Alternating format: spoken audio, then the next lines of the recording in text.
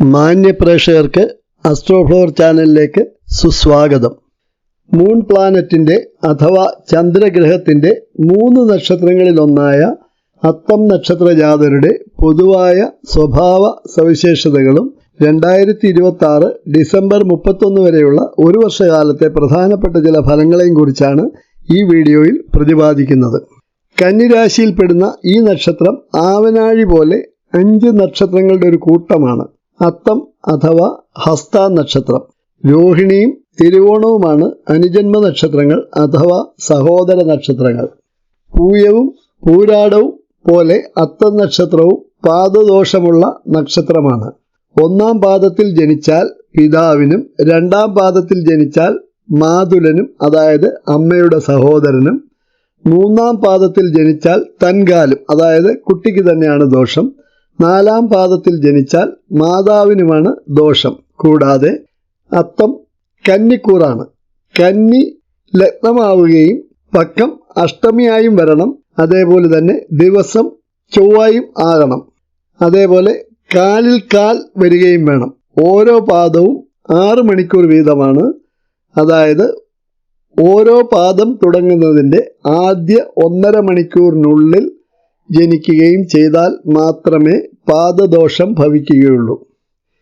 ദൈവഗണത്തിൽ സ്ത്രീ യോനിയിലും പെടുന്ന അത്തം നക്ഷത്ര ജാതരുടെ ജന്മനക്ഷത്ര വൃക്ഷം അമ്പഴവും ദേവത ആദിത്യനുമാണ്. മൃഗം പോത്തും പക്ഷി കാകനുമാണ്.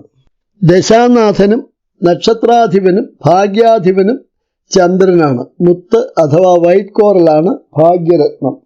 ജനനസമയം കൃത്യമായി അറിയില്ല എങ്കിൽ ജനനം ഉദ്ദേശം നക്ഷത്ര മധ്യത്തിലാവാം എന്ന് കണക്കാക്കിയാൽ ഉദ്ദേശം 5 വയസ്സ് വരെ ചന്ദ്രദശയും തുടർന്ന് 12 വരെ കുജദശയും തുടർന്ന് 30 വരെ രാഹുദശയും പിന്നീട് 46 വരെ വ്യാഴവും തുടർന്ന് 65 വരെ ശനിദശയും തുടർന്ന് 82 വയസ്സ് വരെ ബുധദശാകാലവും വരുന്നു. ഇനി ഈ നക്ഷത്ര ജാതരുടെ പ്രത്യേകതകൾ എന്തൊക്കെയെന്ന് പരിശോധിക്കാം. പാദദോഷം ഇല്ലാതെ പഴുതുകാലായി സ്ത്രീകൾ ജനിച്ചാൽ പെണ്ണത്തം പൊന്നത്തം എന്നൊരു ചൊല്ല് തന്നെയുണ്ട്. പാദദോഷം ഉള്ള നക്ഷത്രം പാദദോഷം ഇല്ലാതെ പഴുതുകാൽ ജനനമായാൽ തന്നെ രാജയോഗം ആണ്. പൊതുവെ ശാന്ത സ്വഭാവികളായി ഇവരെ കണ്ടുവരുന്നു. ഇവരുടെ ചിരി ആരെയും വശീകരിക്കത്തക്ക രീതിയിൽ പ്രത്യേകതയുള്ളതായിരിക്കും. നൈസർഗികമായ ഇവരുടെ കുലീനത നിറഞ്ഞ ശാന്തതയും മന്ദസ്മിതത്തോടെയുള്ള മുഖഭാവവും ഇവർ ജനഹൃദയങ്ങളിൽ അതിവേഗം സ്ഥാനം പിടിക്കുന്നു. ഇവർ മറ്റ് പല നക്ഷത്രക്കാരെയും അപേക്ഷിച്ച് വളരെ പെട്ടെന്ന് തന്നെ നേതൃനിരയിൽ എത്തിച്ചേരുന്നതിനും ഇവർക്ക് കഴിയുന്നു. നിർബന്ധശീലവും വൈരാഗ്യബുദ്ധിയും അല്പം കൂടുതലായി ഇവരിൽ ദർശിക്കാൻ കഴിയുന്നു. വലിയ അഹങ്കാരികളെന്നോ തണ്ടന്മാരെന്നോ പലർക്കും തോന്നിയേക്കാം. എങ്കിലും സത്യത്തിൽ ഇവർ ശുദ്ധഹൃദയരുമാണ്. ഇവർക്ക് വൃദ്ധിക്ഷയങ്ങൾ മാറി മാറി വരുന്നതായി കണ്ടുവരുന്നു. അഭിവൃദ്ധിയും അധപ്പതനവും ഇവരുടെ ജീവിതത്തിൽ മാറി മാറി വന്നുകൊണ്ടിരിക്കുന്നു. തികഞ്ഞ നിഷ്കളങ്കരായ ഇവർ കഴിവതും മറ്റുള്ളവരെ സഹായിക്കുവാൻ ശ്രമിക്കുകയും ആരെയും ചതിക്കാനോ വഞ്ചിക്കാനോ ഇവരെ കിട്ടുകയുമില്ല. ഇവർ സഹായിക്കുന്നവരിൽ നിന്നും ഇവർക്ക് കിട്ടുന്ന പ്രതിഫലം ശത്രുതയും പ്രതികാരവുമായിരിക്കും. ഈ നക്ഷത്ര ജാതർ വലിയ ആഡംബരപ്രിയർ അല്ലെങ്കിലും ശുചിത്വം പാലിക്കുകയും പരിസരവും വീടും വൃത്തിയാക്കി സൂക്ഷിക്കുന്നതിലും ഇവർ തികഞ്ഞ നിർബന്ധ ബുദ്ധികളായിരിക്കും. മാത്രമല്ല വീട്ടിലുള്ള മറ്റ് കുടുംബാംഗങ്ങളെ ഇവർ സദാ കുറ്റപ്പെടുത്തിക്കൊണ്ടുമിരിക്കും. മധ്യസ്ഥത വഹിക്കുന്നതിനും ഉപദേശം കൊടുക്കുന്നതിനും ഇവർക്ക് പ്രത്യേകമായൊരു ചാതുരി തന്നെയുണ്ട്. ഇവരുടെ പ്രവർത്തന മണ്ഡലങ്ങളിൽ തികഞ്ഞ നീതിനിഷ്ഠയുള്ളവരായിരിക്കും. അധികാര സ്ഥാനങ്ങളിൽ ഉള്ളവർ തിളക്കമാർന്ന വ്യക്തിമുദ്ര പതിപ്പിക്കുന്നവർ തന്നെയായിരിക്കും. ദാസ്യവൃത്തികൾക്ക് കൂട്ടുനിൽക്കാനോ അതേപോലെ വിധേയത്വം പ്രകടിപ്പിക്കുവാനോ ഇവർ ഒരിക്കലും കൂട്ടാക്കാറില്ല. ഇനി ഈ അത്തം നക്ഷത്ര ജാതരുടെ ഡിസംബർ 31 വരെയുള്ള ഒരു വർഷകാലത്തെ നിങ്ങളെ തേടിയെത്തുന്ന പ്രധാനപ്പെട്ട ഫലങ്ങൾ എന്തൊക്കെയെന്ന് വിലയിരുത്താം. അത്തം നക്ഷത്ര ജാതർക്ക് സപ്തമത്തിൽ കണ്ടകശനികാലവും കഴിഞ്ഞ 8-9 മാസകാലമായി കർമ്മവ്യാഴകാലവും ആയിരുന്നു. കർമ്മരംഗത്ത് പലവിധത്തിലുള്ള പ്രശ്നങ്ങളും സ്ഥാനഭ്രംശങ്ങളും, സർക്കാർ ജീവനക്കാർക്ക് സ്ഥലം മാറ്റവും, അവിവാഹിതർക്ക് മംഗല്യ തടസ്സങ്ങളും, ദാമ്പത്യ വിരഹങ്ങളും, സാമ്പത്തിക ബുദ്ധിമുട്ടുകളും ഒക്കെയായിരുന്നു. ഈ വർഷം മധ്യത്തോടെ നിങ്ങൾ ഐശ്വര്യത്തിൻ്റെയും സമ്പന്നതയുടെയും കൊടുമുടിയിൽ തന്നെ എത്തിച്ചേരുന്നതാണ്. ഫെബ്രുവരി പകുതി മുതൽ മാർച്ച് പകുതി വരെ ശത്രുക്കൾക്ക് നാശവും, രോഗാവസ്ഥയിൽ കഴിയുന്നവർക്ക് നല്ല നിലയിൽ കുറവും ധനലാഭവും പ്രതീക്ഷിക്കാവുന്നതാണ്. മാർച്ച് 2 മുതൽ ധനസ്ഥാനാധിപനും ഭാഗ്യാധിപനുമായ ശുക്രൻ തൻ്റെ ഉച്ചരാശിയായ മീനം രാശിയിൽ മാർച്ച് 26 വരെയും തുടർന്ന് ഇഷ്ടഭാവത്തിലും ഏപ്രിൽ 19 മുതൽ മെയ് 13 വരെ ഭാഗ്യാധിപൻ ഭാഗ്യസ്ഥാനമായ ഇടവൻ രാശിയിൽ ബലവാനായും സഞ്ചരിക്കുന്നു. തൽഫലമായി സാമ്പത്തിക നിലയിൽ വലിയ പുരോഗതി ഉണ്ടാവുകയും വ്യാപാരികൾക്കും വ്യവസായികൾക്കും കൂടുതൽ ക്രയവിക്രയങ്ങളും തന്നിമിത്തം നല്ല സാമ്പത്തിക മേന്മയും കൈവരിക്കുന്നതിന് സാധിക്കുന്നതാണ്.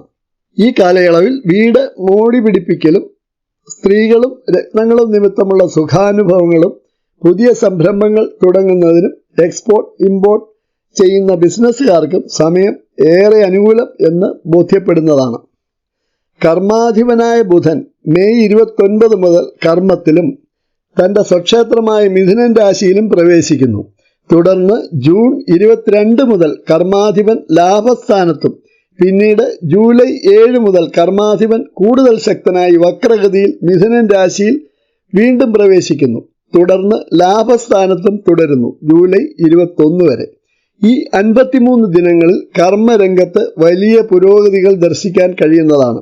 പ്രത്യേകിച്ചും ജൂൺ ആദ്യവാരം മുതൽ വിദേശത്ത് ഉപരിപഠനത്തിനും നൂതന ജോലികൾ പ്രവേശിക്കാനും അതിനുള്ള സാമ്പത്തിക സഹായങ്ങളും വിവിധ സ്രോതസ്സുകളിൽ നിന്നും ലഭ്യമായി നിങ്ങളുടെ ആഗ്രഹം സഫലീകൃതമാവുന്നതാണ്. ജൂൺ 2 തീയതി രാവിലെ മുതൽ സർവേശ്വരനായ സമ്പത്തിൻ്റെയും ഭാഗ്യത്തിൻ്റെയും ഈശ്വരാധീനത്തിൻ്റെയും ജ്ഞാനത്തിൻ്റെയും അധിപൻ കൂടിയായ വ്യാഴം, ഗുരു അഥവാ ജൂപ്പിറ്റർ ഗ്രഹം സർവലാഭസ്ഥാനമായ 11ാം ഭാവത്തിലേക്ക് തൻ്റെ ഉച്ചരാശിയായ കർക്കിടകൻ രാശിയിലേക്ക് പ്രവേശിക്കുക വഴി നിങ്ങളുടെ 12 വർഷക്കാലത്തിൽ ഒരിക്കൽ ഒരു വ്യാഴവട്ടക്കാലത്തിൽ ഉള്ള ഒരു വർഷകാലം കടന്നു വരുന്നു. ഉച്ചരാശിയിലെ സർവലാഭസ്ഥാനത്തെ വ്യാഴം നിങ്ങളുടെ ജീവിതം ആകെ മാറ്റിമറിക്കും. ഇക്കാര്യത്തിൽ ഒരു സംശയവും വേണ്ട.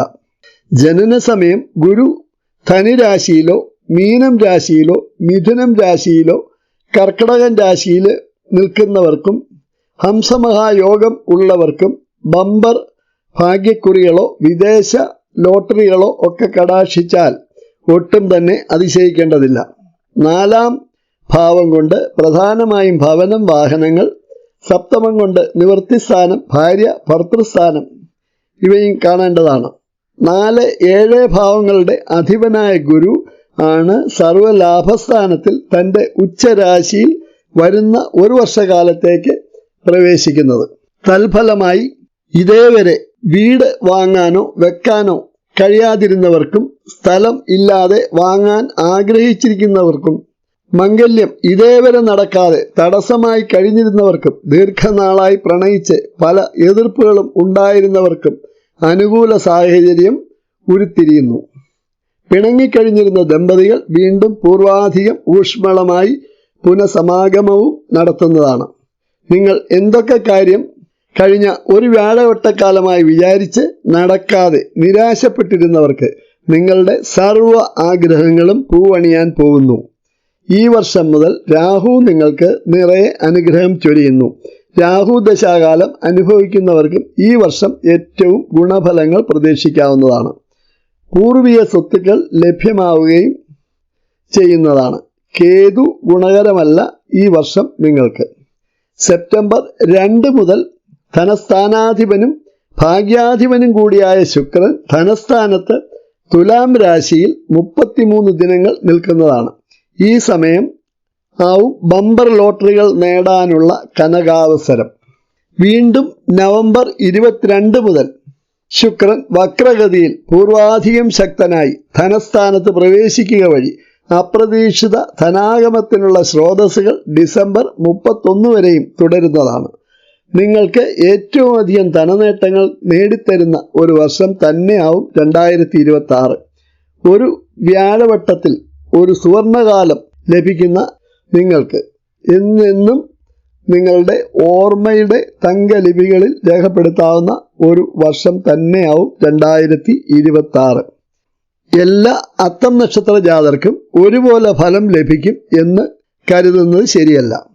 കാരണം ഓരോ വ്യക്തിയുടെയും ജനന സമയത്തെ ദോഷങ്ങളും ഗുണങ്ങളും യോഗങ്ങളുടെയും അടിസ്ഥാനത്തിൽ ആവും ഫലസിദ്ധി എന്ന കാര്യം പ്രത്യേകം ഓർമ്മപ്പെടുത്തുന്നു. പൊതുവെ എല്ലാവർക്കും ഈ സമയം മോശപ്പെടത്തില്ല, ഗുണകരം തന്നെയാവും. യോഗങ്ങളുടെ അനുപാതത്തിൽ ആയിരിക്കും ഫലങ്ങളുടെ ഏറ്റക്കുറച്ചിലുകൾ. ഒരു പ്രത്യേക അറിയിപ്പ്. അസ്ട്രോഫ്ലവർ ചാനൽ വൈവാഹിക കാര്യങ്ങൾ ഡീല് ചെയ്യുന്നതിനായി അസ്ട്രോഫ്ലവർ മാട്രിമോണി എന്ന സ്ഥാപനം പ്രവർത്തനം ആരംഭിച്ചിട്ടുള്ള വിവരം ഇതിനോടകം തന്നെ നിങ്ങളെ അറിയിച്ചിട്ടുണ്ടല്ലോ. ധാരാളം രജിസ്ട്രേഷൻ നടന്നു വരുന്നു. ജാതകം പരിശോധിച്ച് പൊരുത്തം, പാപസാമ്യ ചിന്തന, പരസ്പരം ഘടന, പുനർവിവാഹയോഗം ഉണ്ടെങ്കിൽ അതിനുള്ള പ്രതിവിധികൾ, വിവാഹ ജീവിതത്തിലെ ഉയർച്ച താഴ്ചകൾ, ഈ കാര്യങ്ങൾ കൃത്യമായും വ്യക്തമായും വിട്ടുവീഴ്ചയില്ലാതെ പരിശോധിച്ച് യോജിച്ച കേസുകൾ മാത്രമേ നിങ്ങൾക്ക് കൈമാറുകയുള്ളൂ. ഇത് ഞങ്ങളുടെ മാത്രം പ്രത്യേകതയാണ്. രജിസ്ട്രേഷൻ കാലാവധി 6 മാസക്കാലം ആണ്. രജിസ്ട്രേഷൻ സംബന്ധിച്ച കൂടുതൽ വിവരങ്ങൾക്ക് താഴെ കാണുന്ന നമ്പർ ബന്ധപ്പെടുക.